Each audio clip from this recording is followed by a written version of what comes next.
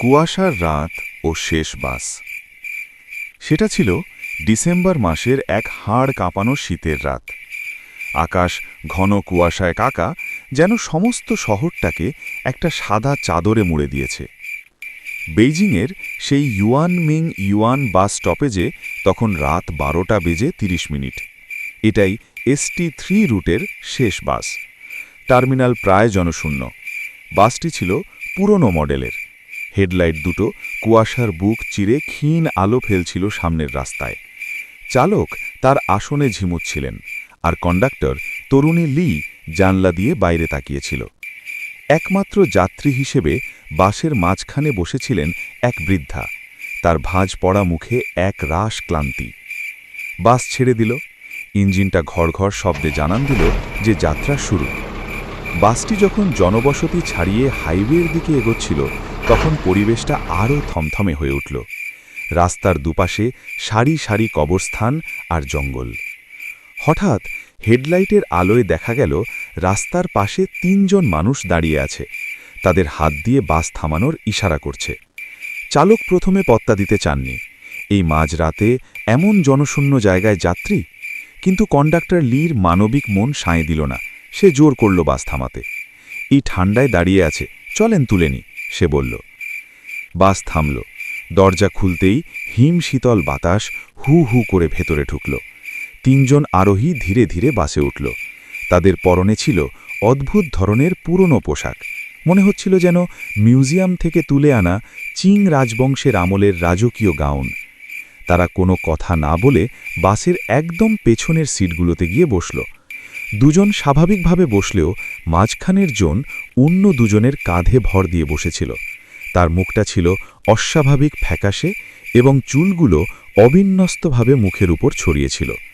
তাদের নীরবতা এবং অদ্ভুত বেশভূষা দেখে কন্ডাক্টরের মনেও খটকা লাগে। বাস আবার চলতে শুরু করে। বৃদ্ধা সিদ্ধান্ত নিলেন যে করেই হোক বাস থেকে নামতে হবে। তিনি হঠাৎ চিৎকার করে উঠলেন, আমার মানিব্যাগ, আমার সোনার আংটি হারিয়ে গেছে। এই ছেলে, তুমিই চুরি করেছ। সামনের সিটে বসা একমাত্র তরুণ যাত্রীর দিকে আঙুল তুলে তিনি ঝগড়া শুরু করলেন। ছেলেটি অবাক হয়ে বলল, কি বলছেন মাসিমা, আমি তো কেবল উঠলাম। বৃদ্ধা আরও জোরে চিৎকার করতে লাগলেন। বাস থামাতে বললেন। এক পর্যায়ে পরিস্থিতি এতটাই জটিল হয়ে গেল যে বাস চালক বাধ্য হলেন বাস থামাতে। বাস থামতেই বৃদ্ধা ছেলেটির হাত ধরে টেনে নামিয়ে আনলেন। বাস চালক আর কন্ডাক্টর তাদের ঝগড়া দেখে বিরক্ত হয়ে দরজা বন্ধ করে বাস চালিয়ে চলে গেল। রাস্তার পাশে দাঁড়িয়ে ছেলেটি বৃদ্ধাকে গালাগালি করতে শুরু করল। বৃদ্ধা শান্ত হয়ে বললেন, আমি তোমাকে বাঁচালাম আর তুমি আমাকে বকছ। তুমি ওদের পা দেখোনি? ছেলেটি ভূত দেখার মতো চমকে উঠল। পরের দিন সকালে পুরো শহরে তোলপাড় শুরু হয়।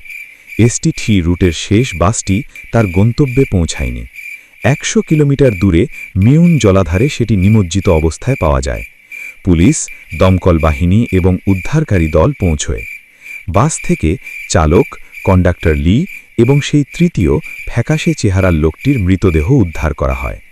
সবচেয়ে রহস্যজনক ব্যাপার ছিল, মাত্র 2 দিনের ব্যবধানে মৃতদেহগুলো এমনভাবে পচে গিয়েছিল যেন মাসের পর মাস জলে পড়েছিল। আর বাসের ফুয়েল ট্যাঙ্ক, তেল পুরোপুরি উধাও। তার বদলে পুরো ট্যাঙ্কটা রক্তের মতো লালচে এক তরলে ভর্তি। ঘটনাটি আজও চীনের ইতিহাসের অন্যতম বৃদ্ধা প্রথম থেকেই তাদের দিকে নজর রেখেছিলেন।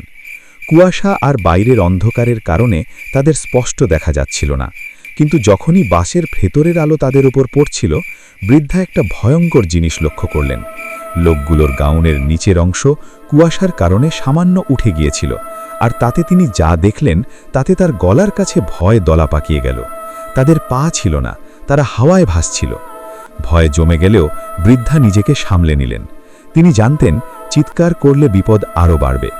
বাসটা তখনও জঙ্গল আর কবরস্থানের মাঝখান দিয়ে তীব্র গতিতে ছুটে চলেছে। গল্পটা ভালো লাগলে লাইক, সাবস্ক্রাইব, শেয়ার করতে ভুলবেন না। নমস্কার।